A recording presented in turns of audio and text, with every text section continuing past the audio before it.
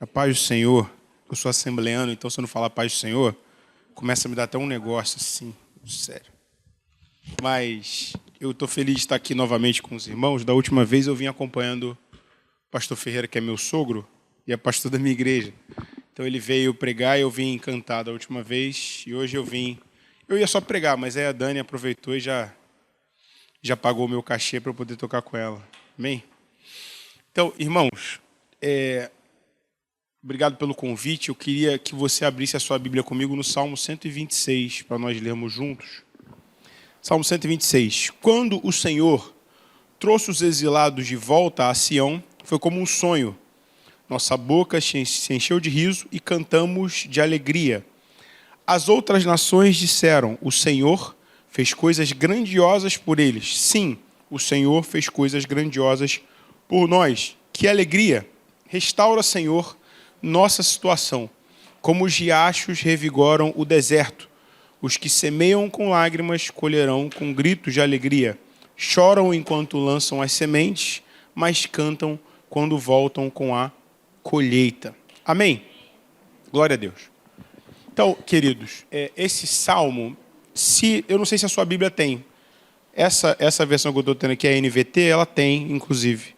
Se você ver o título do Salmo 120 até o 134, a minha Bíblia tem aqui escrito Cântico para os peregrinos a caminho de Jerusalém. Né? Tem muitas Bíblias que têm esse título e a minha tem essa também. Cântico para os peregrinos a caminho de Jerusalém. Então, o que isso significa para nós nessa manhã? Do 120 até o 134 são os salmos de romagem, que a gente chama, né? Que são salmos cantados durante a peregrinação. Então, o que isso significa? Os judeus antigamente faziam isso nas festas principais, né? na festa da Páscoa, dos tabernáculos. Então, eles voltavam a Jerusalém para adorar o Senhor, né? Voltavam para cultuar o Senhor nessas festas importantes. Só que a peregrinação existe até hoje. Hoje existem diversos judeus que não moram em Jerusalém, que são judeus de origem, mas estão em outros países, inclusive na África, na Ásia, espalhados pelo mundo, que voltam para Israel. Então, o que são os salmos de romagem? São salmos que são cantados durante esse período de peregrinação. Aqui, é claro, nós estamos falando de peregrinação andar no deserto, né? Aqui a gente está falando de pegar um avião e ir para Jerusalém. Aqui a gente está falando do pessoal andando no deserto e cantando. Então, esses salmos, se a gente pegar cada um deles, esses 14, né, do 120 até o 134, cada um vai ter um pouquinho de ensinamento para nós. Cada um vai ter um aspecto da vida cristã detalhado ali. E eu queria hoje me ater ao Salmo 126. Então, o Salmo 126, que é um cântico para a peregrinação também no caminho a Jerusalém, vai falar de um sentimento de restauração. Então, qual é o background, qual é o contexto histórico por trás desse salmo, né? A gente sabe que Israel passou 50 anos, quase 50 anos, exilado no Império Babilônico. Então, Nabucodonosor veio, destrói Jerusalém e leva Jerusalém cativo. Então, Jerusalém fica ali sobre o jugo do Império Babilônico por 50 anos. Após esses 50 anos, vem Ciro. Ciro é o rei da Pérsia. Rei da Pérsia hoje que é o Irã. Então, a gente vê como as coisas são, né? Então, né, a gente está falando do cara que restaurou a paz de Israel e hoje a gente está vendo, infelizmente, Israel e Irã em guerra. Mas Ciro, naquela época, inclusive hoje, Israel tem uma moeda comemorativa com a face de Ciro, né? Porque eles consideram a importância que Ciro teve para a história do povo de Israel. Então, Ciro vem, é usado ali pelo Senhor, e ele destrói a Babilônia e libera o povo. Né? Ele dá salvo-conduto para o povo poder retornar à sua terra. E aí, quando nós lemos lá na Bíblia o dueto Esdras-Neemias, né? Os dois livros de Esdras-Neemias, a gente vai ver justamente esse processo do povo voltando para a sua casa e restaurando a própria sociedade, restaurando o templo, restaurando as casas, reconstruindo. Então, a gente vai ver esse processo de restauração. Então, quando nós lemos o Salmo 123, por trás tem essa história. Por isso que tem uma Bíblia muito boa. Teve a Bienal agora há pouco tempo, ela estava até vendendo fisicamente, que é aquela Bíblia cronológica. O meu plano de leitura eu faço cronológico. Porque é legal a gente ler os Salmos, que a gente começa a ler Salmos, aí vai voltar lá atrás no Antigo Testamento, para contar a história por trás daquele momento que o Salmo é escrito. E aqui a gente está falando justamente de um momento, de uma história que fala da restauração da sociedade judia, de Israel como povo, que é tirado da sua terra, e depois, 50 anos, tem a possibilidade de voltar com a vitória de Ciro contra a Babilônia.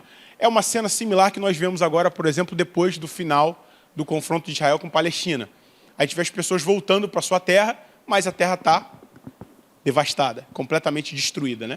Tanto os palestinos que voltaram, quanto aqueles judeus lá do ataque do 7 de outubro, que voltaram ali para aquela região do deserto. Era uma volta para uma terra literalmente arrasada, você volta para... Você não tem referência, você perde sua referência. Imagina o que é, né? A gente é bem sortudo, graças a Deus, de viver num país que não teve esses males a afligir. A gente tem outros males muito piores, mas muito piores não. Tem muita coisa ruim no Brasil. Mas a gente, graças a Deus, nunca viveu uma guerra dessa magnitude. Então a gente não tem a noção, mas é tentar se transportar para uma situação que você sai da sua casa, fica anos fora dela contra a sua vontade e volta para achar aquilo tudo que você construiu destruído. Então esse é o sentimento por trás quando nós lemos o que Davi está falando aqui. Quando nós lemos que ele está dizendo, quando o Senhor trouxe os exilados de volta a Sião, foi como um sonho. Então o povo de Israel, que estava cativo na Babilônia, ele tinha uma tristeza profunda por estar afastado. Tanto que quando eles voltam, é como a gente fala, parece bom demais para ser verdade, né? Eles voltando para sua terra, é tão bom que eles falam, olha, parece mentira, parece um sonho. Como é que eu estou voltando para cá? Porque 50 anos, meus irmãos, 50 anos é uma geração que se passa, né? 50 anos são crianças que crescem, são idosos que falecem. Então, assim, 50 anos é muito tempo. É gente que nasceu no cativeiro, que nunca viu a própria terra. Então, é muito tempo. Então, ele fala que no início ele começa dando uma ênfase muito grande. Quando nós voltamos para a nossa terra, foi como um sonho, foi algo muito maior do que a gente podia imaginar. E além de ser algo muito importante, muito impactante, aqui a gente está vendo também o cumprimento da palavra do Senhor, né? A palavra do Senhor, ela é verdade absoluta para as nossas vidas e para a história da humanidade. Então, o que acontece quando nós lemos o Salmo 126? Por trás do Salmo 126, tem duas profecias cumpridas em Jeremias e em Isaías. Em Jeremias, fala assim diz o Senhor dos Exércitos, a larga muralha da Babilônia será desmantelada e suas altas portas serão incendiadas. Então, o povo volta porque a Babilônia foi derrotada. E Isaías 13,19 vai falar, Babilônia, a joia dos reinos, o esplendor do orgulho dos babilônios, será destruída por Deus. Então, aqui por trás disso tudo, não só tem um sentimento de restauração, mas também tem um sentimento de cumprimento da palavra do Senhor. Porque o Senhor falou a Jeremias e Isaías, Babilônia vai ser destruída. E Babilônia foi destruída, tanto que Israel consegue voltar para a sua terra. Então, qual é o impacto desse livramento, né? O impacto de Israel poder voltar à sua terra? Em primeiro lugar, uma explosão de alegria, né? A gente lê aqui que a nossa boca se encheu de riso e a nossa língua de cânticos, ou seja, o que era lamentação dá lugar a louvor, né? O que era tristeza dá lugar a alegria. Então, a gente está falando aqui de um cântico, né? Então, é algo que eles cantam até hoje. Então, da boca deles que saía choro, saía tristeza, passa a sair louvor. E em segundo lugar, que é muito importante nós reconhecermos também, os outros povos reconhecem o que Deus fazia na vida de Israel. Nós lemos aqui, versículo 2. A nossa boca se encheu de riso e cantamos de alegria. As outras nações disseram, o Senhor fez coisas grandiosas por eles. Ou seja, a restauração também trouxe um testemunho impactante. Então as pessoas passaram a ver naquele povo o agir de Deus. Quem olhava para aquela situação, falava, olha, esse povo foi destruído, Jerusalém foi dizimada. Eles ficaram 50 anos em cativeiro e agora eles estão voltando só pelo favor de Ciro. Eles não dominaram o reino, eles não fugiram, eles não conseguiram se reerguer militarmente, eles foram literalmente, receberam o perdão do rei e foram liberados. Então ali eles começaram a enxergar, as outras nações começaram a enxergar o favor de Deus na vida daquelas pessoas. Então o testemunho deles foi restaurado como povo de Deus. Vocês entendem isso? Israel estava sob o cativeiro. Ali no cativeiro, eles estavam sendo dominados por outra nação, uma nação pagã. Quando eles voltam à sua terra da forma que foi, as pessoas começam a enxergar, não, realmente eles são o povo de Deus. Então o testemunho de Israel é restaurado naquele momento. Então o primeiro aspecto desse texto para nós entendermos é justamente essa parte da restauração do cativeiro. A segunda parte, vem no versículo 4, que ele diz assim, restaura, Senhor, a nossa situação, como os riachos revigoram o deserto. Também, nas outras versões, tem uma versão aqui que eu vou ler aqui, restaura, Senhor, a nossa sorte, como as torrentes do Negueb, né? Muitas versões falam da torrente do Negueb. O que é o Negueb, irmãos? O Negueb é uma veia de vida no meio do deserto. O Negueb é um rio que sem ele, se o Negueb está seco, não tem nada, não tem plantação, não tem colheita, não tem vida, não tem mantimento, não tem alimentação.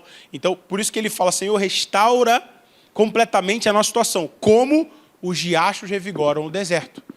A gente conhece como é que é o solo árido aqui, por exemplo, no Nordeste. A gente sabe que se bastar uma chuva, aquilo ali toma vida. A gente sabe como é que é período de seca. A minha irmã ela é carioca, mas ela mora em Goiás. Goiás, assim, Goiás meio do mato, né? Ela mora 1 hora de Goiânia. Então lá ela passa as temporadas bem divididas, né? Então lá ela tem clarinho assim um período de chuva, que eles chamam a época das águas, e a época da seca. Então quando a gente vai lá por agora, mais ou menos, que está na época um pouquinho mais seco, você vai ficando tudo amarelinho, aí vai ficando bem amarelinho, aí quando você volta lá mais pro final do ano, virada do ano, tudo fica muito verde. E a coisa de um mês assim, como que muda, né? Como que a chuva, a água traz vida de verdade. Você vê aquilo acontecer. E como que todos eles dependem da chuva. Isso a gente está falando do agro do Brasil, que é um negócio bem desenvolvido. Mas todos eles dependem da chuva. Se a chuva atrasa um mês, atrasa 40 dias, se perde plantação, se perde um monte de coisa, se perde dinheiro. Então, isso a gente está falando do Brasil, que é um país que tem uma natureza muito rica. Imagina esses povos de lugares áridos, né? Ali, se não existisse o Negueb, é a morte que viria no lugar. Se não existe o Negueb, como que eles sobreviveriam? Então, quando ele pede, na segunda parte do texto, quando ele ora por clamor por restauração, quando ele clama por restauração, ele ora justamente por algo completo, não só para a vida do povo, mas para a sociedade. Então ele ora, Senhor, restaura a nossa vida, restaura a nossa alegria, mas também restaura como o Negueb, restaura a nossa sociedade, restaura a nossa cidade, restaura o nosso povo. Traz de volta a capacidade do povo de viver, de subsistir, porque é isso que estava em jogo ali. Não era só o povo voltar para sua casa. A gente tem que ter essa noção da passagem de tempo, né, quando nós lemos esse texto. Porque ali está falando de reconstrução de uma cidade inteira, de uma sociedade como um todo, né? Por isso, na Bíblia, a gente vai ter 2 livros inteiros ali do Antigo Testamento falando desse processo, que a gente conhece essa história de reconstrução do templo, da construção da sociedade depois do cativeiro babilônico. E quando ele clama por essa restauração, um aspecto é o que eu falei para os irmãos agora da parte do Negueb, como ele, algo social, algo físico. Ao mesmo tempo, o que acontecia com aquele povo? Quando nós lemos Neemias 1:3, ele diz assim, e disseram-me os restantes que ficaram no cativeiro, lá na província estão em grande miséria e desprezo, e o muro de Jerusalém fendido e as suas portas queimadas a fogo. Aqui é Neemias recebendo notícias, fala, como é que está lá que o pessoal começou a voltar? Mas como é que está lá? Você vê que a situação não é tranquila. O relato que ele tem, olha, o pessoal está em grande miséria e desespero. Quem voltou, voltou para uma situação periclitante, não tem nada. Aí a gente entende o clamor do salmista quando ele ora, Senhor, restaura completamente como os rios no deserto. Porque as pessoas que voltaram com sentimento de gratidão, mas voltaram para uma situação de terra devastada. Então aqui Neemias está falando isso, olha, quem está lá está em grande miséria e desespero, porque o muro de Jerusalém foi fendido, está destruído, e as portas queimadas a fogo, ou seja, não sobrou nada. E aí a gente entende porque quando o salmista ora, ele pede que o Senhor traga de volta aqueles que voltaram para uma situação que pelo menos eles consigam subsistir, né? Senhor, pelo amor de Deus, traz alívio, traz renovo, faz com que o Negueb restaure ali a vida que tinha naquele lugar. Então é um clamor muito sério, não só porque o sentimento era de reconstrução, mas porque tinham pessoas que já estavam tentando voltar e estavam passando por uma dificuldade tremenda. Então, essa segunda parte, a gente entendeu o peso desse versículo 4, o peso dessa oração que o salmista faz. Então, quando ele pede ali, ele clama, restaura, Senhor, a nossa situação como os riachos revigoram o deserto. Ou seja, traz de volta, Senhor, aquilo que a gente perdeu. A gente tinha essa vida e a gente perdeu. Então, essa oração é muito séria. Então, a gente falou, em primeiro lugar, da restauração do cativeiro, deles saírem da terra do Império Babilônico, e depois a gente falando sobre a oração de restauração. Terceiro lugar, versículo 5 e versículo 6, vamos ler aqui. Os que semeiam com lágrimas colherão com gritos de alegria. Choram enquanto lançam as sementes, mas cantam quando voltam à colheita. Então aqui o salmista vai fazer uma analogia entre sofrimento e o processo de semeadura, né? Semear com lágrimas e colher com alegria. Então, irmãos, as aflições da vida, as dificuldades da vida, elas não são em vão, né? A gente está aqui no culto da melhor idade. Então, eu tenho certeza que vocês têm muito mais experiência do que eu para falar de problemas da vida, amém? Então, vocês estão muito mais na frente da caminhada, vocês têm muito mais para me ensinar do que eu para querer falar do alto da minha experiência aqui de 38 anos. Mas, ao mesmo tempo, a gente entende que todo o processo que a gente vive, toda a aflição que a gente vive, gera aprendizado, amém? Eu acho que todos nós temos aí, se eu pedir para levantar a mão aqui, quem tem um testemunho para contar de um aprendizado de uma luta? Todos nós vamos ter. Vamos levantar a mão e falar assim, eu lembro daquela batalha que quando eu olhei para trás, eu falei, Senhor, como é que eu venci essa luta, né? E porque nós confiamos em Deus e graças a Deus nós colhemos esses testemunhos. Aqui não é diferente. Então aqui ele vai fazer essa analogia desse sofrimento com a semeadura. Semeando em lágrimas, mas colhendo em alegria. As aflições dessa vida que nós vivemos são parte desse processo de colheita. Nós vamos viver momentos de dificuldade que vão trazer para cada um de nós experiências que vão dar força no momento de dificuldade. Quando a gente lê lá, quero trazer à memória aquilo que me traz esperança, é justamente isso, porque nós olhamos para essas situações diante de um problema novo e nós entendemos, eu consigo vencer. Porque é o mesmo Deus que estava lá, que me ajudou naquela luta, está aqui hoje, amém? Está aqui para me ajudar. Então, quando nós lemos aqui o processo de semeadura com sofrimento, nós temos que entender que existem diversos tipos de sofrimento e existem diversos tipos de lágrimas na nossa vida. Existem as lágrimas de arrependimento, quando nós voltamos, às vezes, de um período afastado, nós voltamos para a presença de Deus. Existem as lágrimas de intercessão, nós oramos aqui pelos irmãos que estão precisando de cura, nós oramos pelos nossos parentes, oramos pelos nossos familiares. Então, existem lágrimas também pelos outros, nós derramamos pelos outros. E existem também as lágrimas de fidelidade, quando nós permanecemos firmes mesmo diante das dificuldades. Permanecer firme na fé, meu irmão, talvez seja o maior desafio hoje do cristão. Porque hoje o que o mundo quer ver o cristão fazer, o que o mundo hoje, o que o diabo tenta fazer contra a igreja, é ver o seu testemunho fraquejar. É ver um buraco aí nessa sua armadura do cristão. É ver você diante da dificuldade abandonar a sua fé. Tudo que o mundo quer é te chamar de hipócrita. Porque o mundo não defende o que nós defendemos. O mundo não quer se esforçar para defender a própria fé, defender valores de moral, de ética. O mundo não quer isso. O mundo quer o oposto disso. Então, tudo que hoje a gente vê são pessoas vivendo vidas sem controle, vidas libertinas, vidas sem amor pelo próximo, vidas de prazer efêmero. Porque, para eles, o mais importante é a si. É o egoísmo, né? É viver uma vida para si. Aqui a gente está vendo uma nação como toda tentando se restaurar. A gente vê o pedido do salmista pelos seus irmãos. A gente vê o salmista orar por aqueles que estavam ali do mesmo lado que ele, vivendo aquela dificuldade, vivendo aquela luta. Então, esses tipos de lágrimas, nós passamos por eles durante a nossa vida. Nós vamos ter momentos de chorar de arrependimento, nós vamos ter momentos de chorar pelos outros, intercedendo por alguém que a gente ama, e nós vamos ter momentos de chorar ali sozinho, mas fiéis ao Senhor. Chorar ali, Senhor, a luta está difícil, eu estou aqui passando pela prova, mas eu não vou abandonar a minha fé em Cristo Jesus. Amém? Por isso nós estamos aqui pela manhã, por isso nós estamos na casa do Senhor, porque nós defendemos isso, nós acreditamos nisso de verdade. E aí esse texto continua com a promessa da colheita em alegria, né? Choram enquanto lançam a semente, mas cantam quando voltam com a colheita. E aí, irmãos, começa a gente trazer algumas coisas para a nossa vida que a Bíblia nos promete e coisas práticas para a gente também meditar. O sofrimento dos justos, ele não dura para sempre. Amém? Estamos aqui diante de uma congregação de justos. Amém? Então, o nosso sofrimento não vai durar para sempre. Aqueles que choram hoje, no certo tempo, no tempo de Deus, vão cantar com alegria. Amém? Eu confio nisso porque a Bíblia nos promete isso. Nós temos diversos exemplos da Bíblia. Talvez o maior exemplo de todos é Jó. A gente lê a história de Jó e a gente tem dificuldade de acreditar que nós também somos na mesma fé de Jó, né? A gente lê a história de Jó e fala, Senhor, essa fé aí, eu não tenho não. Me ajuda a ter um pouquinho mais, né? A gente olha para o testemunho de Jó e fala, Jó que era crente mesmo, eu estou tentando. Porque a gente vê uma história de destruição completa e restauração completa. E em momento nenhum, Jó fraqueja na fé.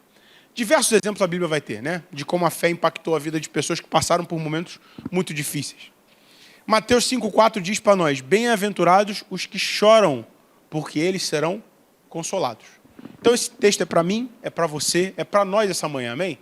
Pode ser, você pode estar chegando aqui, pode ter entrado ali com 200 problemas para resolver, com a cabeça em outro lugar.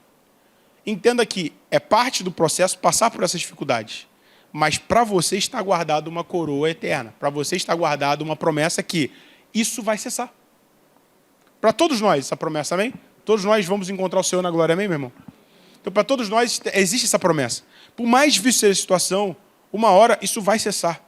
Então, como nós podemos pegar o Salmo 126, dentro do que a gente leu, que a gente entendeu aqui, por trás dele, o que tem ali, o sentimento por trás, como que nós podemos aplicar na nossa vida para sair daqui um pouquinho mais alimentados e com alguma coisa para a gente trabalhar para melhorar? Sempre melhorando, amém? Em primeiro lugar, esse mesmo Deus que restaurou a alegria e a sorte de Israel, ele restaura ainda hoje, amém?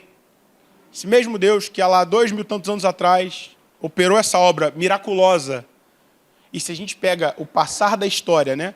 Israel, irmãos, tem momentos que Israel tem centenas de pessoas na terra, está para ser dizimado, e Deus restaura mesmo assim. A gente vê no Antigo Testamento a quantidade de histórias de separação da vontade de Deus e volta. Vai e volta, vai e volta. E a gente está vendo hoje, estamos vivendo um momento muito claro disso novamente, né? O mundo se voltando contra, tentando destruir novamente, o antissemitismo crescendo loucamente, e as pessoas achando isso a coisa mais normal do mundo. Mas nós entendemos o contexto religioso, nós entendemos que isso vai acontecer mesmo. Até Jesus voltar, isso tem que acontecer. Então a gente vê como que a mão de Deus está ali, independentemente da situação. Então esse mesmo Deus que agiu lá, ele continua restaurando vidas na igreja hoje. Ele continua restaurando a minha vida, a sua vida, ele continua trabalhando na restauração de uma pessoa que você veio aqui com ele no coração para orar por ele, de um parente seu que não é crente. Ele pode restaurar a vida dessa pessoa hoje também. Cabe a gente entender que o que está aqui serve para nós até hoje. O testemunho do que Deus fez e faz em nós pode impactar os outros ao nosso redor. Como nós lemos aqui, as nações começaram a entender e olhar para Israel e falar, olha, realmente Deus agiu na vida deles. Tem um pastor amigo meu que ele falou uma frase que eu nunca esqueço, que muitas das vezes vai passar gente na sua vida, que a única Bíblia que ela vai ter oportunidade de ler é o seu testemunho. Então tem muita gente que às vezes vai passar na sua vida, que não é crente, só conhece você, sabe que você é crente. Não vai pegar a Bíblia uma vez na vida, mas pelo seu testemunho ela vai entender o que é o valor de um cristão de verdade, amém? Ela vai entender que quer tratar bem a família, quer cuidar dos filhos, quer cuidar da casa, quer ter um casamento abençoado, porque você vive valores cristãos na sua vida, amém? Então, da mesma forma, as nações olhavam para Israel e falavam, olha, aquilo ali que aconteceu com Israel só pode ser Deus. Não tem como. Deus que agiu na vida deles. Muitas vezes as pessoas olham para a sua vida e pensam isso. Pô, mas fulano estava tão mal, fulano estava mal de saúde, fulano estava com esse problema, aquele outro. Poxa, como é que ele saiu? E a gente tem o costume de falar que é só Jesus, né? Só Jesus na causa, meu irmão. A gente é acostumado a falar, só Jesus. Então esse evangeliquez que para nós é muito corriqueiro, para as pessoas que não conhecem Jesus é difícil entender. Então, muitas das vezes, meu irmão, o seu testemunho, ele tem o potencial de impactar a vida de outras pessoas que não conhecem a Jesus, como foi o testemunho de Israel diante da restauração, da saída do cativeiro. Amém? Então, entenda que você carrega um tesouro consigo aí, muito importante. E esse tesouro é para ser compartilhado, amém? É para você, veio aqui hoje, convida alguém para vir no culto semana que vem. Para poder a gente entender que, graças a Deus, que esse evangelho nos alcançou, mas, ao mesmo tempo, existe uma responsabilidade inerente a sermos cristãos no mundo de hoje, amém? Você carrega aí um tesouro que é para ser compartilhado com alguém. Então, o seu testemunho, como o testemunho do povo de Israel lá atrás impactou os povos ao redor dele, o seu testemunho pode e deve impactar as pessoas ao seu redor. Pensa aí, faz um exercício mental aí, de todo mundo que você conhece, todo mundo que te conhece, 100% dessas pessoas sabem que você é crente, 100% dessas pessoas sabem que você vem aqui nessa igreja, 100% dessas pessoas já tiveram a oportunidade de receber um convite para vir na igreja. Irmãos, vamos começar pelo básico, né? Vamos começar por quem está em volta da gente. Então, a capacidade de restauração que atingiu a sua vida pode atingir de todos ao seu redor. Cabe você a compartilhar esse testemunho que Deus te deu. Amém? Essa fé que te alcançou pode alcançar os outros em nome de Jesus, como restaurou o povo de Israel lá atrás, no Salmo 126. Segundo ponto. O perigo de nos acomodarmos. O fato das bênçãos terem sido recebidas ali em parte, não significa que nós devemos parar de buscar a Deus, né? A gente vê que aqui era algo constante, né? Ele pedia a oração que fosse algo que viesse como antigamente, que é a restauração do Negueb que nós lemos aqui. Então, a restauração parcial deve nos levar a um clamor contínuo. Se você está num processo de restauração, você está buscando alguma coisa, você vê aqui, com um processo de oração, você tem um pedido de oração, você tem uma coisa que você está colocando a Deus em jejum, está buscando. Irmão, quando isso chegar, o que acontece? Nada muda. Você continua buscando a Deus, continua orando, continua pedindo. Amém? O fato de nós sermos abençoados não quer dizer que nós devemos ser complacentes. Não adianta a gente ser crente só quando a gente pede. Não adianta a gente ser crente vindo sempre com uma lista de compras. Não adianta a gente ser crente vindo só com um propósito específico para buscar alguma coisa num culto para se servir. Nós estamos aqui hoje para adorar a Deus, amém? Para adorar o Senhor. Então, quando nós vimos a igreja, em primeiro lugar, rendemos a Ele a adoração. Segundo lugar, nós saímos daqui com coisas para aplicar na nossa vida.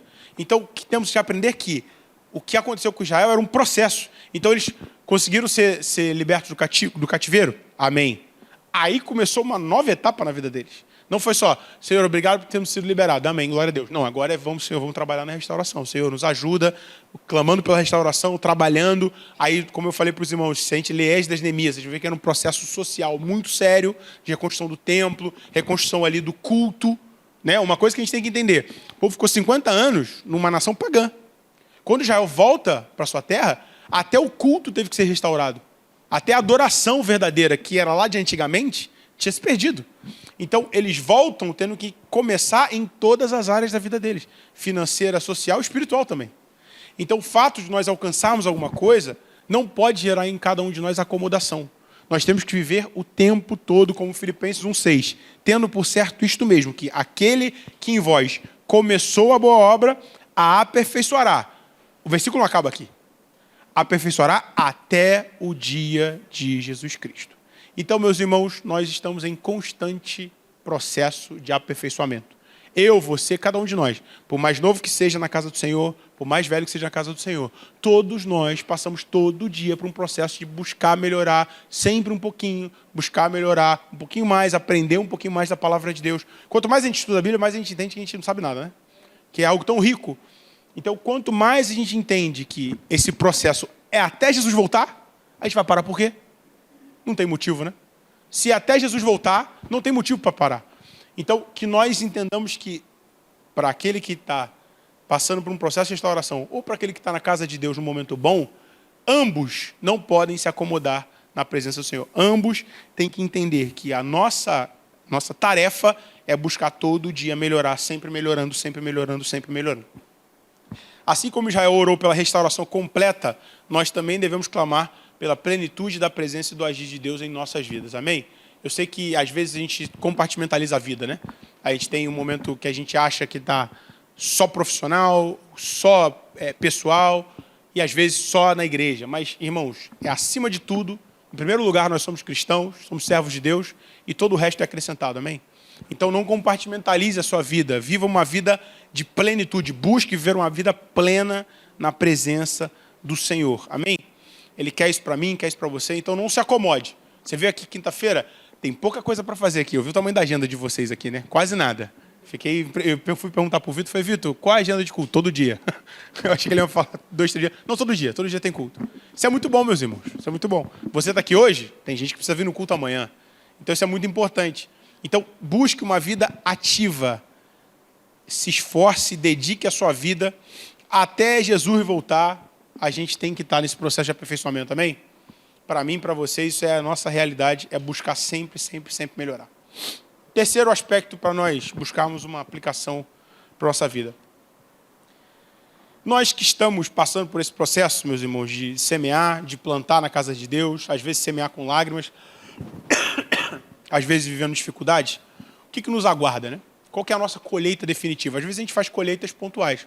Às vezes a gente colhe um resultado no ministério, a gente colhe um resultado em casa, colhe um resultado profissional, às vezes a gente colhe resultados dentro da igreja. Isso tudo acontece. A gente vive momentos de plantio e de colheita na nossa vida, né? Que a gente começa projetos, termina projetos. Isso é normal. Mas o que nos aguarda? Qual que é a nossa colheita definitiva? Mais do que bênçãos temporais, o que nos aguarda é a vida eterna, amém? O que me aguarda, o que te aguarda é a vida eterna. Então, nós temos que entender que, porque o que semeia na sua carne, da carne ceifará a corrupção, mas o que semeia do Espírito ceifará vida eterna. Isso é Gálatas 6:8. Então, queridos, qual é o alento que nós temos na nossa alma? Mais do que bênçãos temporais, o que nos aguarda aponta para a vida eterna. Quem persevera na fé vai colher alegria e plenitude na eternidade com Cristo Jesus. Então, o que te aguarda depois desse momento de dificuldade, você está plantando, está chorando, está buscando, está difícil, fique tranquilo. O que te aguarda é isso aqui. Você está semeando no Espírito, você vai colher no Espírito vida eterna, amém? É o que te aguarda. É o que aguarda aqueles que são fiéis ali no momento de dificuldade, é o que são fiéis até Jesus voltar. O que te aguarda é a vida eterna. É isso que nós buscamos, amém? É a carreira que nós estamos tentando cumprir, é para chegar lá. Então, você veio aqui hoje, para semear um pouquinho mais. Né? Veio aqui para ouvir uma palavra, para levar alguma coisa, para continuar semeando um pouquinho mais, plantar um pouquinho mais. Mas eu creio em nome de Jesus que nós vamos colher essa vida eterna lá na glória. Amém? Eu creio que nós vamos nos encontrar no céu. É o que nos aguarda. Porque a Bíblia disse assim. Então, meu irmão, continue semeando no Espírito. Não semeie na carne. Dê lugar ao Espírito Santo na sua vida. Dê lugar ao teu dia a dia. Semear no Espírito é todo dia. E é um processo que é difícil. É difícil a gente olhar para o nosso dia cheio de coisa para fazer e falar, não, vou separar aqui 1 horinha para poder estudar. É difícil às vezes. Separar meia hora para poder orar. É difícil, irmãos. Mas ninguém disse que seria fácil. Né? Então nós temos que ter essa perseverança diariamente. Entender que para a minha vida, para a sua vida, o que nos aguarda é uma promessa de eternidade. Isso é muito sério. Isso é muito sério. E o Salmo 126 deixa claro para nós que vão existir momentos de dificuldade, momentos de lágrimas, de choro. Mas esse plantio, essa semeadura com choro, nós temos a capacidade de colher com alegria. Imagina o que é falar de dificuldade, falar disso tudo que nós estamos falando, de falar do que transcende a nossa vida, e a pessoa que não tem compreensão disso. Imagina a pessoa que está no mundo e não tem noção dessa dimensão que nos aguarda. É algo muito duro, né? A gente imaginar que a pessoa tem gente que vive a vida por dinheiro, vive a vida pelo trabalho, larga a família para trabalhar igual um maluco, vive a vida pela busca de um vício, vive a vida por algo que é material, que é perecível. E de que adianta, irmãos?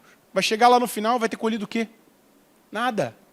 Vai ter colhido carne, corrupção. O que é a corrupção da carne aqui? É decomposição, né? Esse corpo que nós temos, o que vai acontecer com ele no final? Vai acabar.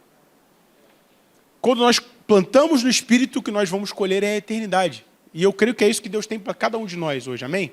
Entender que o que nós estamos semeando hoje na casa do Senhor é para algo muito maior do que a nossa existência terrena. É para a nossa vida na eternidade, em nome de Jesus.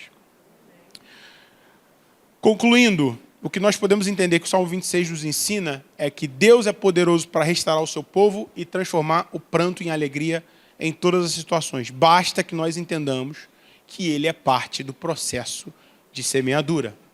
Não adianta a gente achar que vai colher com alegria se a gente está querendo plantar sozinho, né? Tenha o Espírito Santo como teu auxiliar aí, meu irmão, como teu engenheiro agrícola no plantio. Tenha ele como teu auxiliar. O Espírito Santo é consolador, amém? Então ele está aqui do teu lado hoje para te fazer entender essa palavra, mas para te dar uma solução no momento de dificuldade. No momento que você olha, foi, Senhor, da minha capacidade eu não tenho mais, me ajuda. O Espírito Santo está ali para isso. Então, Deus é poderoso para restaurar o seu povo desde lá, quando a gente lê o Salmo 126, até hoje. Segundo, a restauração parcial não deve nos fazer acomodar. Se você está num processo que está difícil, meu irmão, as batalhas pequenas a gente dá glória a Deus, mas nunca a gente tem que ser complacente, porque a nossa batalha definitiva a gente só vai vencer na glória. Então, você está passando por um momento de alegria, seja grato. Você está passando por um momento que a sua fé está inabalável, fortifique o seu irmão. Ajuda aquele que está claudicante na fé. Se você está bem, ajuda aquele que está mal. Se você está mal, estão aqui os seus irmãos para te ajudar também a passar por esse momento também. Venha para a casa do Senhor, busque no Senhor uma direção. É o que nós fazemos, né? Quantas vezes nós estamos na igreja, cheio de coisa na cabeça, e a palavra vem e toca o nosso coração. E é justamente isso, é porque o Espírito Santo ele está ali contigo. Né? Ele está ali, ele vê o seu sofrimento, ele vê o seu clamor. Então, não seja complacente com o que Deus te deu. Use isso sempre, todos os dias, todo momento, e cultive um testemunho que impacte as pessoas ao seu redor. Terceiro, toda lágrima derramada em fidelidade produzirá uma colheita em alegria no tempo certo. Tendo certo por isto mesmo, que aquele que começou a boa obra a aperfeiçoará até o dia de Jesus Cristo. Amém, queridos? Esse é o Deus que eu creio, é o Deus que você crê. Amém?